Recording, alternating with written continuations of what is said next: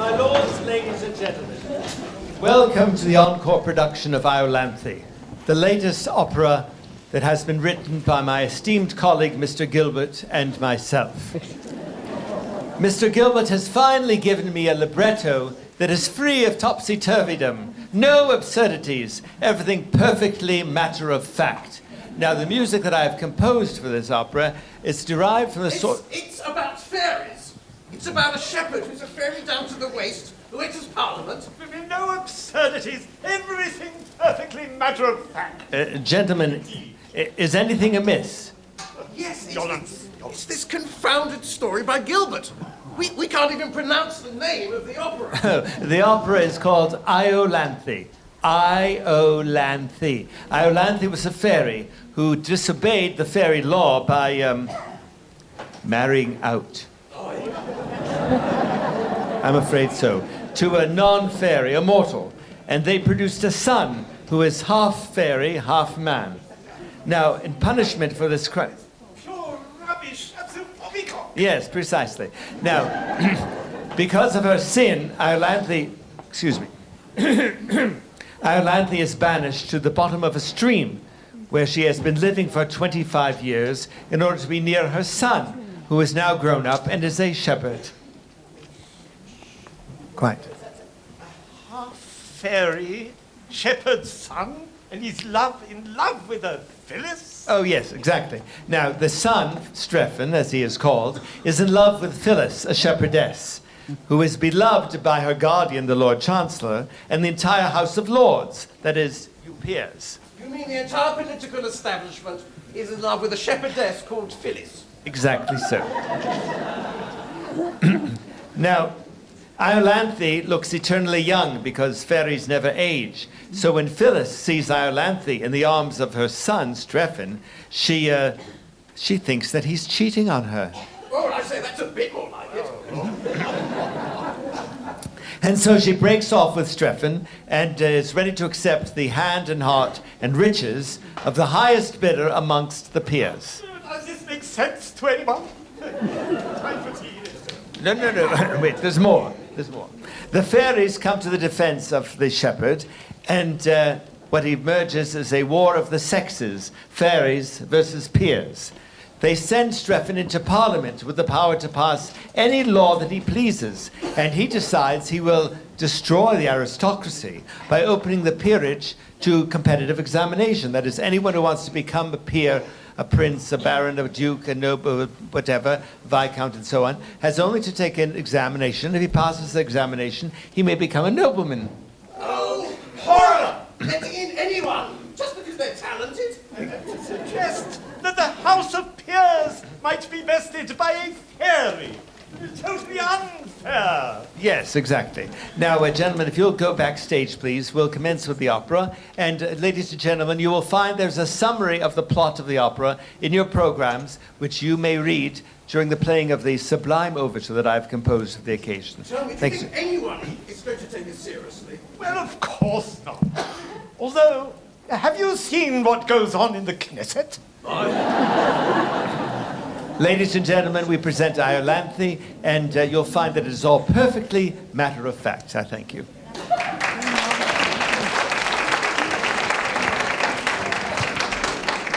We ask all patrons to please turn off their mobile phones and answering devices and refrain from using flash photography in the theatre. Thank you. גבירותיי ורבותיי, קהל נכבד, ערב טוב. תיאטרון הדרן גאה להעלות בפניכם את האופרטה איולנטה מאת גילברט וסליבן. אנו מקווים שתפיקו תועלת מהתרגום שיוקרן מעל הבמה. אנא מכם, קבעו את מכשירי הטלפון והזימוניות שברשותכם. תודה רבה. אז לכולכם, מכולנו, איחולי הנאה מרובה. The production will be accompanied by the new Savoy Orchestra, conducted by Maestro Paul Salter.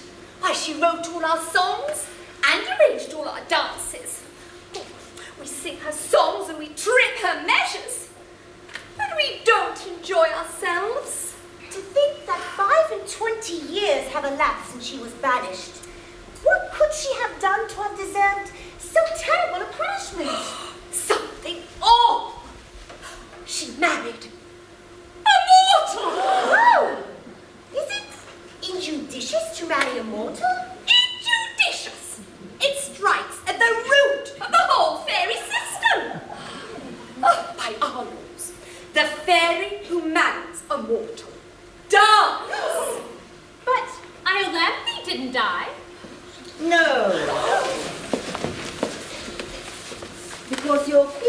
loved her with a surpassing love, commuted her sentence to penal servitude for life, on condition that she left her husband and never communicated with him again. That sentence of penal servitude she is now working out on her head at the bottom of that stream. Yes, but when I banished her, I gave her all the pleasant places of the earth to dwell in. I'm sure I never intended that she should go and live at the bottom of a stream. It makes me perfectly wretched to think of the discomfort she must have undergone. Oh, think of the damp. And her chest was always delicate. And the frogs. I never shall enjoy any peace of mind until I know why Iolanthe went to live among the frogs. Then why not summon her and ask her? Why? Because if I set eyes on her, I should forgive her at once. Why not forgive her? 25 years. It's a long time. Think how we loved her. Loved her? What was your love to mine? Why, she was invaluable to me. Who taught me to curl myself inside a buttock? Iolanthe, who taught me to swing upon a cobweb? Iolanthe, who taught me to dive into a dewdrop, to nestle in a nutshell, to gamble upon gossamer. Iolanthe. Oh, she certainly did surprising things. Oh, give her back to us, great queen, for your sake, if not for ours. Oh, I should be strong, but I am weak. I should be marble, but I am clay. Her punishment has been heavier than I intended. I did not mean that she should go and live among the frogs and, well, it shall be as you wish. It shall be as you wish.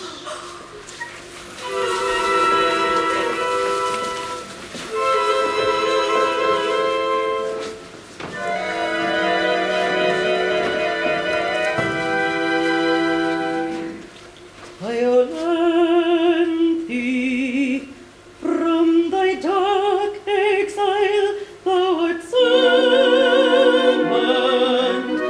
Come to cool, come,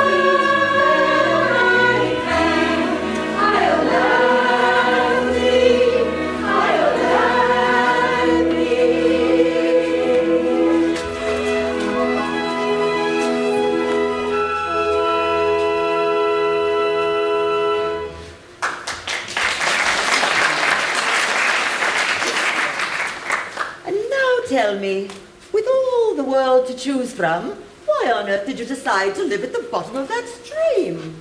To be near my son, Strephon. Bless my heart. I didn't know you had a son. He was born soon after I left my husband, by your royal command. But he does not even know of his father's existence. How old is he? 24. 24? No one to look at you would think you had a son of 24. And that's one of the advantages of being immortal.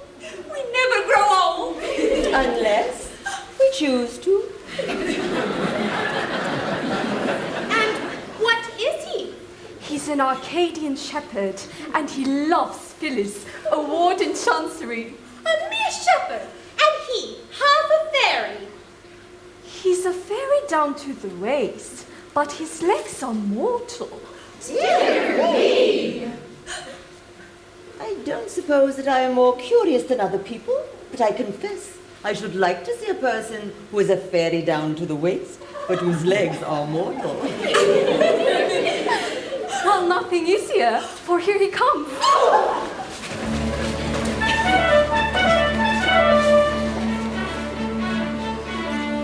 Good morrow, good mother. Good mother, good morrow. By some means or other, great vanish your sorrow. With joy beyond telling, my bosom is swelling, so joined in a measure expressive of pleasure. For I'm to be married today, today. Yes, I'm to be married today. Yes, he's to be married today, today. Yes, he's to be married today.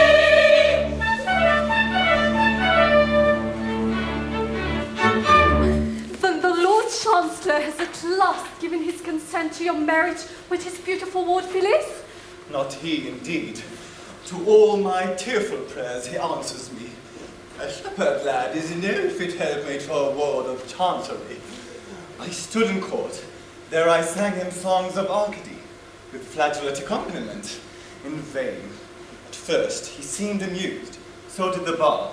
But quickly, wearying of my song and pipe, bade me get out. A servile usher then, in crumpled bands and rusty bombazine, led me still singing into Chancery Lane. I'll go no more. I'll marry her today and brave the upshot, be it what it may. But who are these? Oh, Strephon, rejoice with me. My queen has pardoned me. Pardoned you, mother. This is good news indeed. And these ladies are my beloved sisters. Your sisters? Then they are my aunts. It's a pleasant piece of news for your bride on her wedding day. Hush, my bride knows nothing of my fairyhood. I dare not tell her lest it frighten her. She thinks me mortal and prefers me so. Oh, your fairyhood, it doesn't seem to have done you much good. Much good, my dear aunt. It's the curse of my existence. What's the use of being half a fairy? My body can creep through a keyhole. But what's the good of that when my legs are left kicking behind? I can make myself invisible, down to the waist. But that's of no use when my legs remain exposed to view. My brain is a fairy brain, but from the waist downwards, I'm a gibbering idiot. My upper half is immortal, but my lower half grows older every day, and someday or other must die of old age. What's to become of my upper half when I'm burying my lower half? I really don't know. I see your difficulty, but with a fairy brain, you should seek an intellectual sphere of action. Let me see. I have a borough or two at my disposal. Would you like to go into Parliament? A fairy member, that would be delightful. I'm afraid I should do no good here. You see, down to the waist, I'm a Tory of the most determined description. But my legs are a couple of confounded radicals, and under division they'd be sure to take me into the wrong lobby. You see, they're 2 to 1, which is a strong working majority. Don't let that distress you. You shall be returned as a liberal conservative, and your legs shall be our peculiar care. I see your majesty does not do things by half. No, we are fairies down to the feet. Fare thee well, attractive stranger. Fare thee well,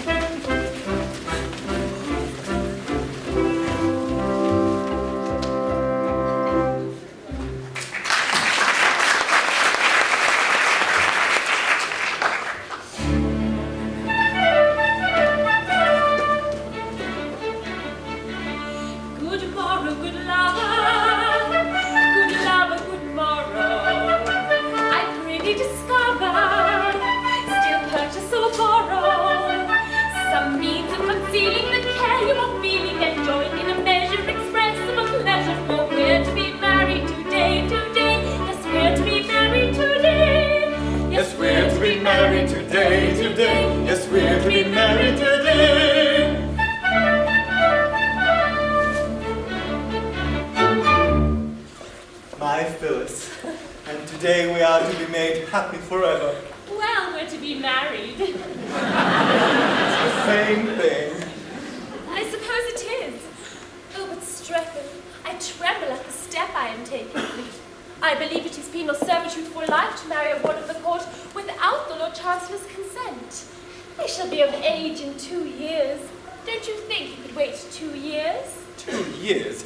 Have you ever looked in the glass? No, never. Here, look at that, and tell me if you think it rational to expect me to wait 2 years. No.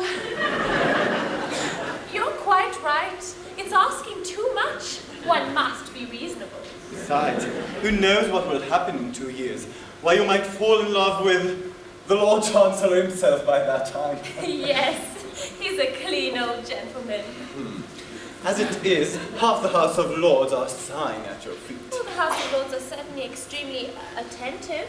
Attentive? I should think they were. Why did 25 Liberal peers come down to shoot over your grass plot last autumn? It couldn't have been the sparrows. Why did 25 Conservative peers come down to fish your pond? Don't tell me it was the goldfish. No, no, delays are dangerous. And if we are to marry, the sooner the better. I,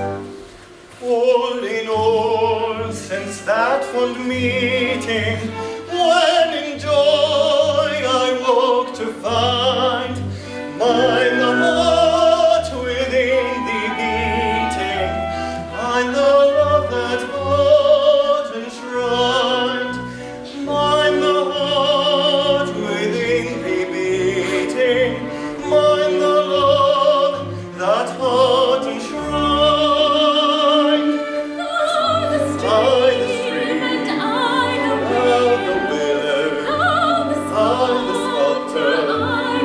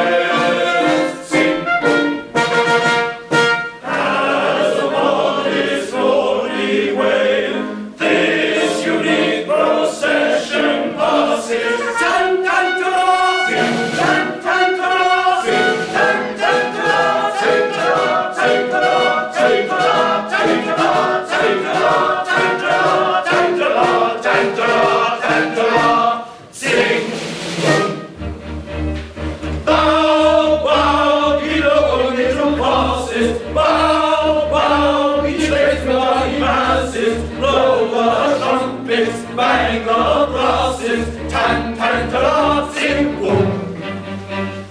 Bow, bow, ye lower middle classes, bow, bow, ye trades and value masses, blow the trumpets, bang the brasses, tan tan ta sing ta sing ta tan ta tan ta sing boom, sing boom. We are peers of higher station, paragons of legislation, pillars of the British nation. Tan-tan-ta-ra, sing boom, tan-ta-ra, sing boom. We are peers of higher station,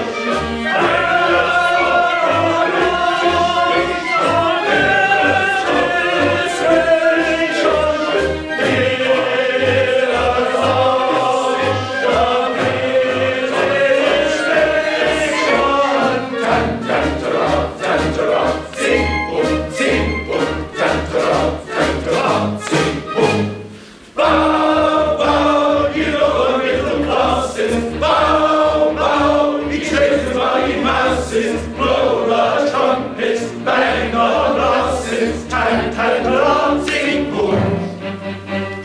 Bow, bow, ye lower middle classes, bow, bow, ye trades and money masses, blow the trumpets, bang the brasses, tan tan ta sing boom, sing boom, tan tan ta sing boom, sing boom, tan tan ta sing boom, sing. Blow, blow the trumpets, bang the brasses. Blow, blow the trumpets, bang the brasses. Blow, blow the trumpets. Blow, blow the trumpets.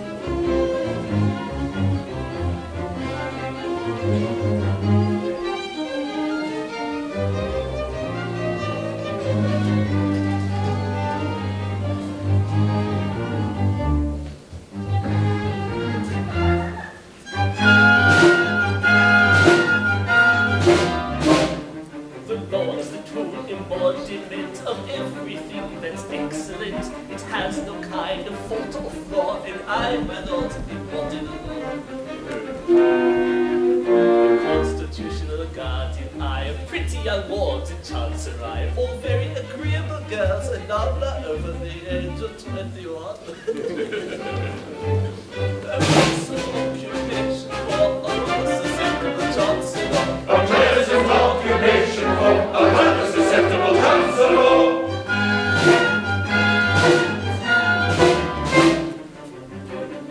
Lamented line inflates me with legitimate its pride, it nevertheless can't be denied that it has its inconvenient side.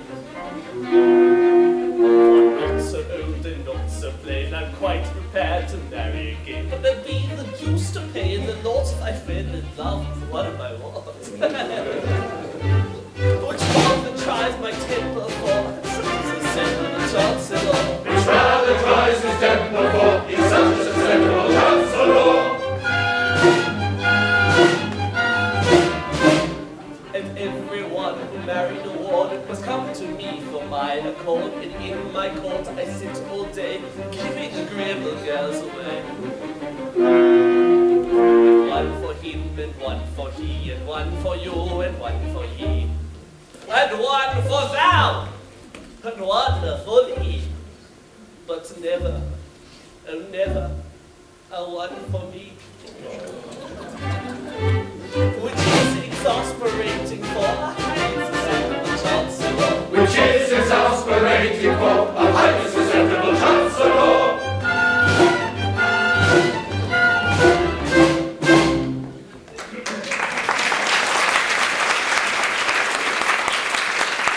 And now, my lords, to the business of the day. By all means, Phyllis, who is a ward of court, has so powerfully affected your lordships that you have appealed to me in a body to give her to whichever one of you she may think proper to select.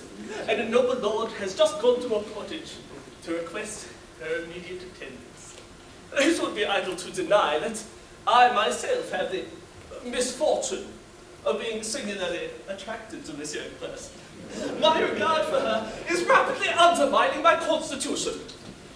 3 months ago, I was a stout man. I need say no more. If I could reconcile it with my duty, I should unhesitatingly order to myself. For I can conscientiously say that I know no man who is so well fitted to render her exceptionally happy. But such an order would be open to misconstruction. And so, at whatever personal inconvenience, I waive my claim. My lord, I desire on the part of this house to express its most sincere sympathy with your lordship's most painful position. I thank your lordships. The feelings of a Lord Chancellor who is in love with a ward of court are not to be envied. What is his position? Can he give his own consent to his own marriage with his own ward? Can he marry his own ward without his own consent? And if he marry his own ward without his own consent, can he commit himself for contempt of his own court? And if he commit himself for contempt of his own court, can he appear by counsel before himself to move for arrest of his own judgment? Oh, my lords, it is truly painful to have to sit upon a woolsack which is stuffed with such thorns as these. My lords, I have much pleasure in announcing that I have succeeded in inducing the young person to present herself at the bar of this house.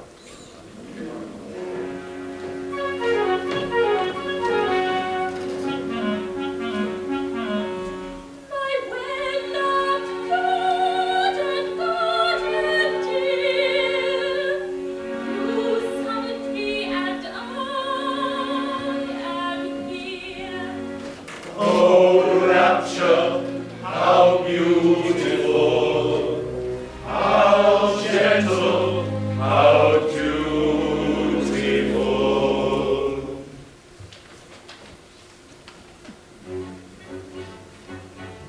Of all the young ladies I know, this pretty young lady's the fairest.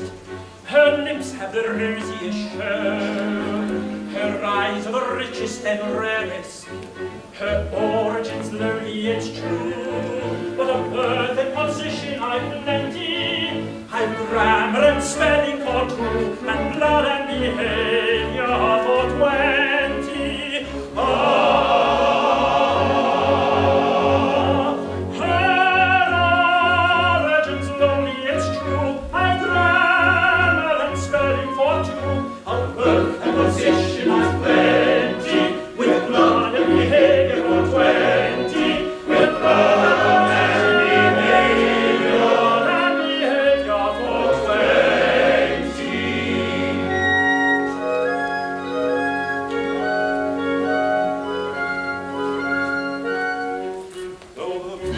the house that diverged on every conceivable emotion.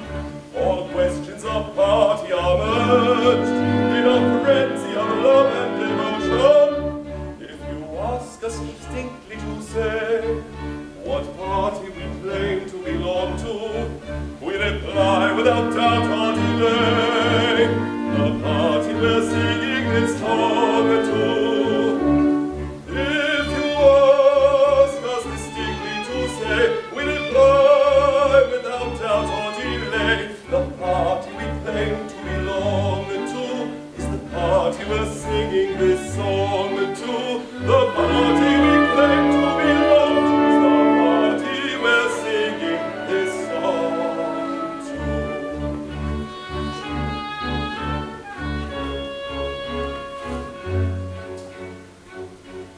I'm very much pained to refuse, but I'll stick to my pipes and my tables.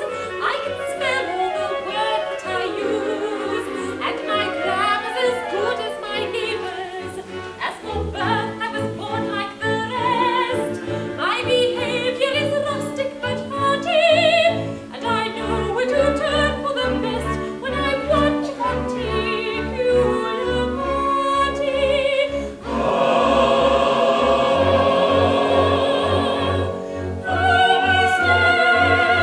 Is none of the best. I suppose she was born like the rest. She knows where to look for a party when she wants a particular party. She knows where to look for a party.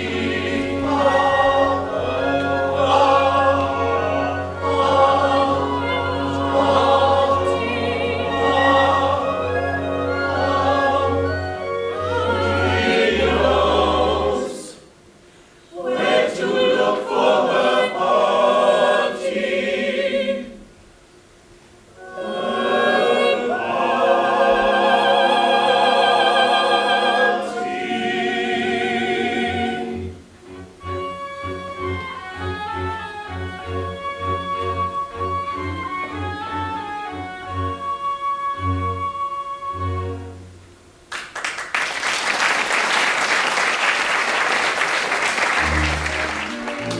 They tempt me not to wealth, I'll not be bound.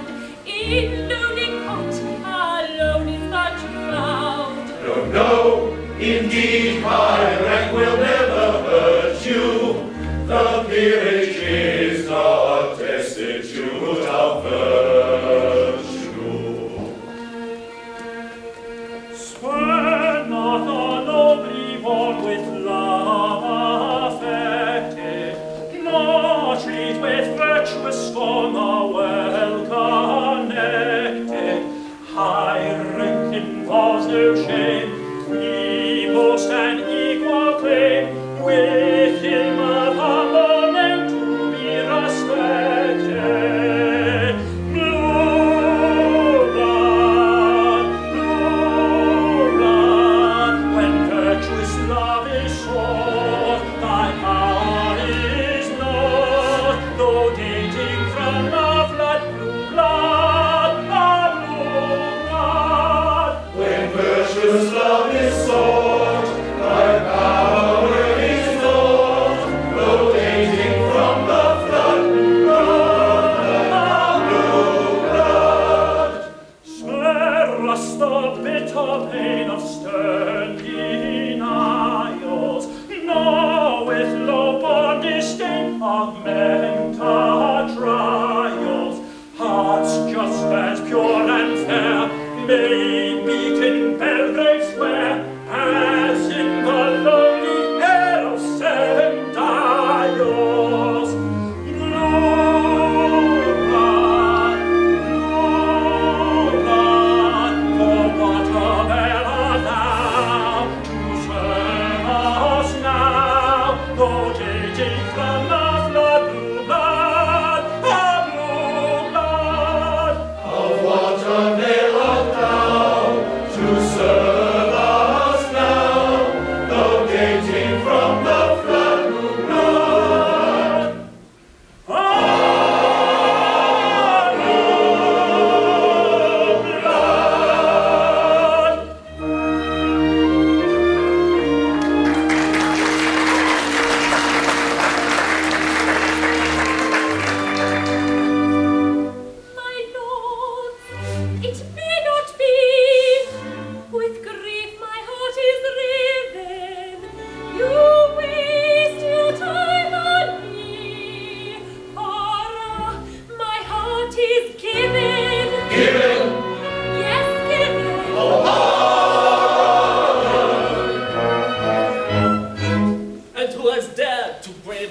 displeasure, and thus defy our definite command.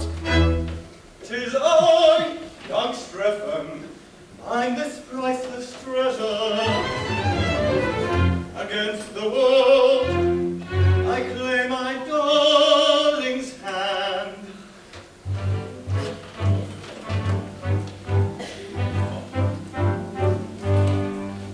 A shepherd I, a shepherd he, of Arcady, betrothed are we, betrothed are they, and mean to be espoused today. A shepherd he, of Arcady, a shepherd he, of Arcady, betrothed are they, and mean to be espoused today. Beneath this blow, west and south of dagger, though ye momentarily stagger in each heart, proud are we and lately, let's depart, dignified and stately, Let's depart, dignified and stately, dignified and stately, dignified and stately, dignified and stately, dignified and stately, dignified and stately.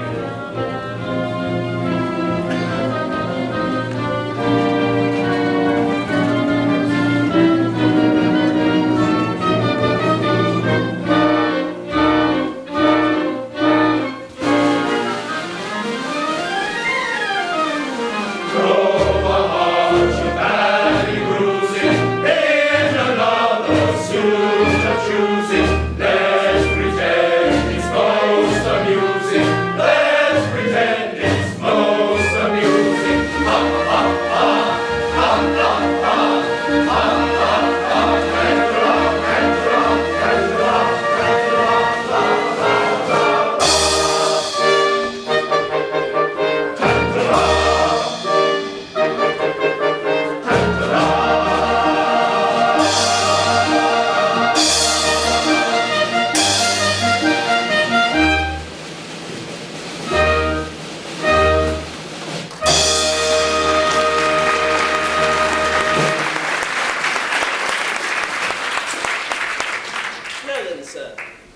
excuse have you to offer for having disobeyed an order of the Court of Chancery?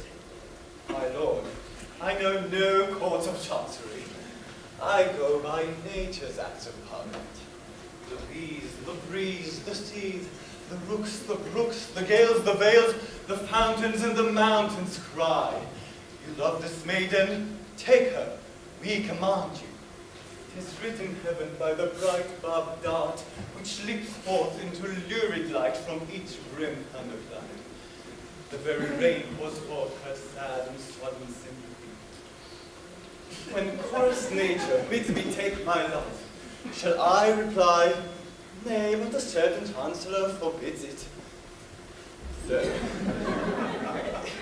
you are England's Lord High Chancellor, but are you Chancellor of birds and trees, King of the winds and Prince of thunderclouds? No. It's a nice point. Don't know if I ever met it before. But my difficulty is that at present, there's no evidence before the court that coarse nature has interested herself in the matter. No evidence. You have my word for it. I tell you that she bade me take my life. My good sir, you mustn't tell us what she told you. There's not evidence now. An affidavit from a thundercloud, or a few words on oath from a heavy shower would make all the attention, ladies. And have you the heart to apply the prosaic rules of evidence to a case which bubbles over with poetical emotion? Distinctly. I have always kept my duty strictly before my eyes, and it is to that fact that I owe my advancement to my present distinguished position.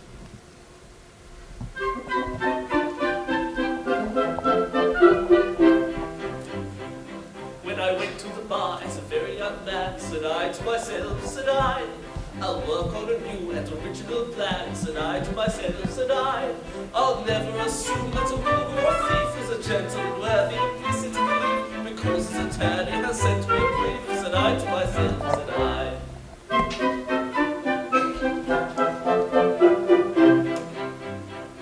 Ere I go into court, court, I will bring my grief through, said I to myself, said I.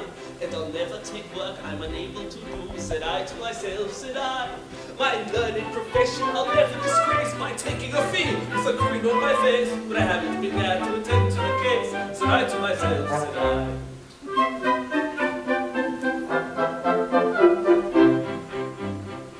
I'll never throw dust in a juryman's eye, said I to myself, said I. Or hoodwink a judge who is not overwise, said I to myself, said I. Or assume that the witnesses solid and false and exchequer whose bench go and please or remorse have perjured themselves as a matter of course, said I to myself, said I.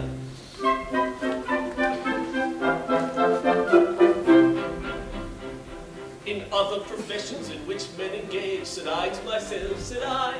The army, the navy, the church, and the stage, said I to myself, said I. Professional license have carried too far, your chance and promotion will certainly bar, and I fancy the bull might apply to a bar, said I to myself, said I.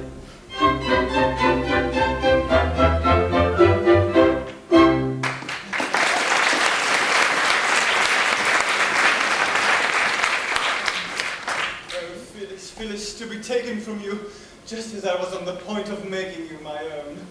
Oh, it's too much. It's too much.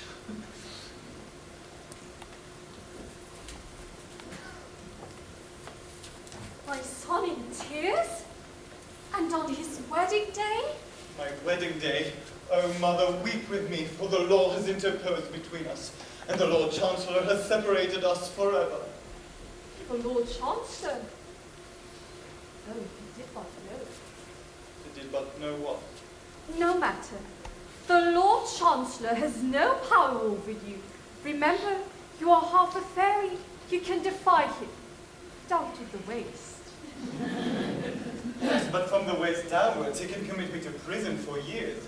Of what avail is it that my body is free, if my legs are working out 7 years penal servitude? True, but take heart. Our queen has promised you her special protection. I'll go to her and lay your peculiar case before her. My beloved mother, how can I repay the debt I owe you?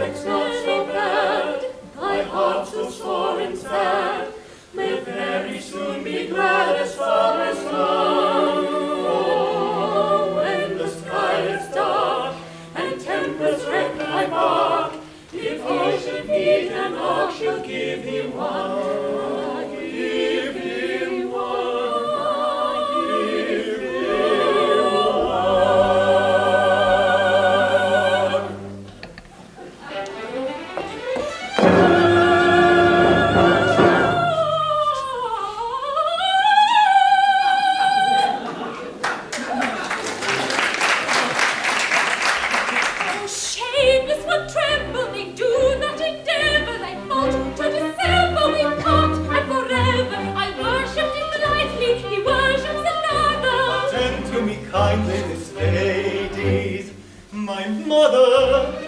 This lady's is what? This lady's my mother. This lady's is what? She says is his mother.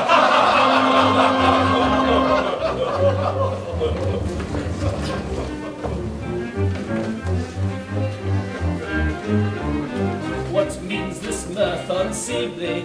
The chicks are listening earth. The joke is good extremely and justifies our mirth. This gentleman is seen with a maid of 17, taking of his dolce far niente. And wonders he that she, before he asks us to believe she's his mother, is nearly 5 and 20. Recollect yourself, I pray, and be careful what you say, as the ancient Romans said, Festina lente. For I really do not see how so young a girl could be the mother of a man of 5 and 20.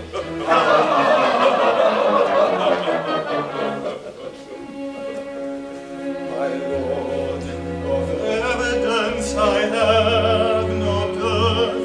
She is, has been, my mother from my birth.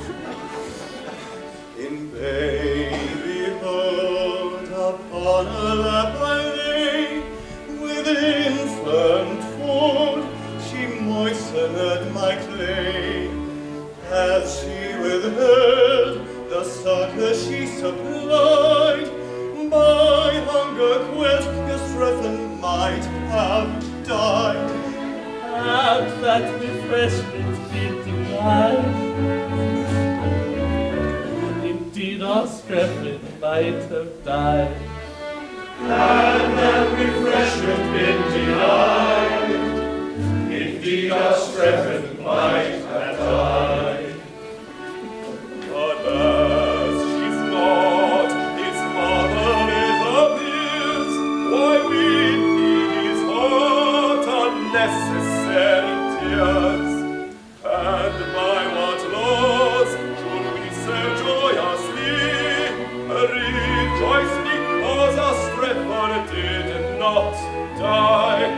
Oh, rather let us pipe our eye, because our Strephon did not die. That's very true, let's pipe our eye, because our Strephon did not die.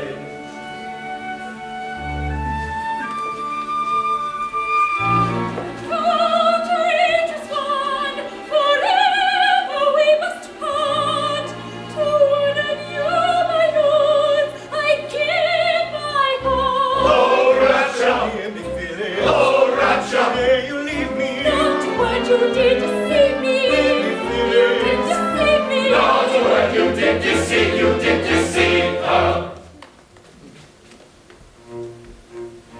Riches and rank, I do not love their pleasures of false and vain.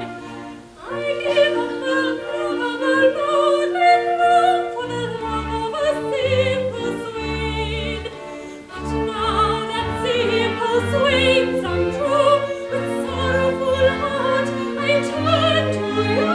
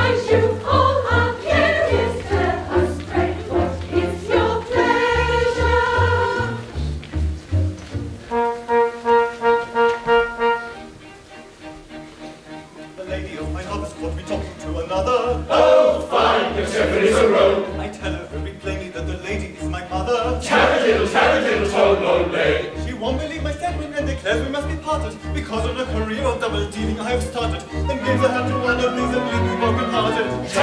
Taradiddle, Tolloller. A cruel one to separate two lovers from each other. Oh, fine, our shepherds are a rogue. You've done an injustice, for the lady is his mother. Taradiddle, Tolloller. That fable pressed me service turned as when the other. I didn't see her face, but if they fondled one another, and she's but 17, I don't believe it was his mother. Taradiddle, Tolloller. I have often had a use for a thoroughbred excuse of a sonnet which is English for a pente. But of all I ever heard, this is much the most absurd, for she's 17 and he is 5 and 20. For she is 17 and he is only 5 and 20. Oh, fine, your shepherd is a rogue. Now listen to me, for this paradox will be carrying nobody at all contradicente. Her age upon the date of his birth was -8. She's 17 and he is 5 and 20. She is 17 and he is only 5 and 20. She is his mother, is an utter bit of folly. Oh, fine, your shepherd is a rogue. Perhaps his brain is handled and he's very melancholy. Taradiddle, Tolloller. I wouldn't say a word that could be reckoned as injurious, but to find a mother younger than his son is very curious. And that's the kind of mother that is usually experienced. Taradiddle, Tolloller.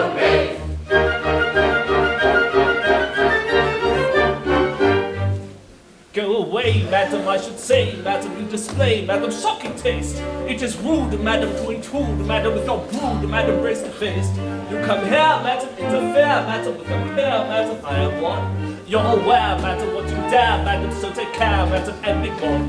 Let us say, madam, I should say, madam, they display, madam, shocking taste. It is rude, madam, to allude, madam, to your brood, madam, raise a face. We reveal, madam, any beer, madam, look reveal, madam, this is one. They will stare, madam, we're aware, madam, what they dare, madam, what they've done. By these beauty mortals, I will launch from fairy portals over the most terrific thunders in my armory of wonders. From the large terrific wonders, oh, Mary, Madam, I should say, madam, you display, madam, to sweet taste. It is rude, madam, to intrude, madam, to your brood, madam, raise a face. You appear, madam, you fear, madam, you appear, madam, I am one. You fair, madam, what you wear, madam, so take care, madam, what you wear, madam, and be gone. Oh, fair, what you wear, so take care, and be gone.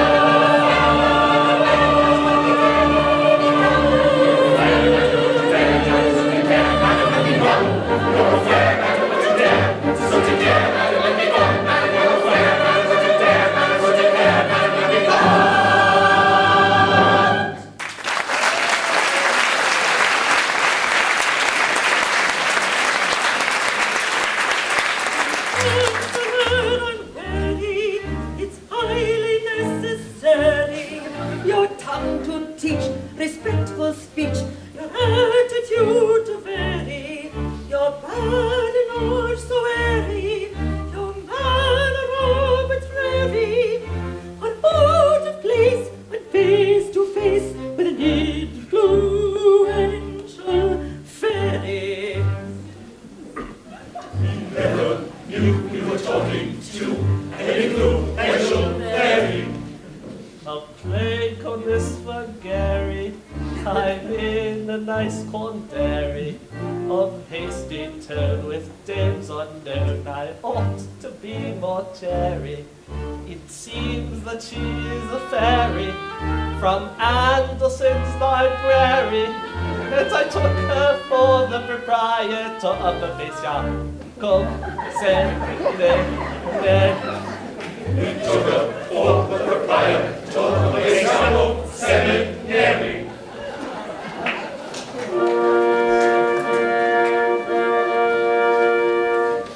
When next your houses to assemble, you may tremble.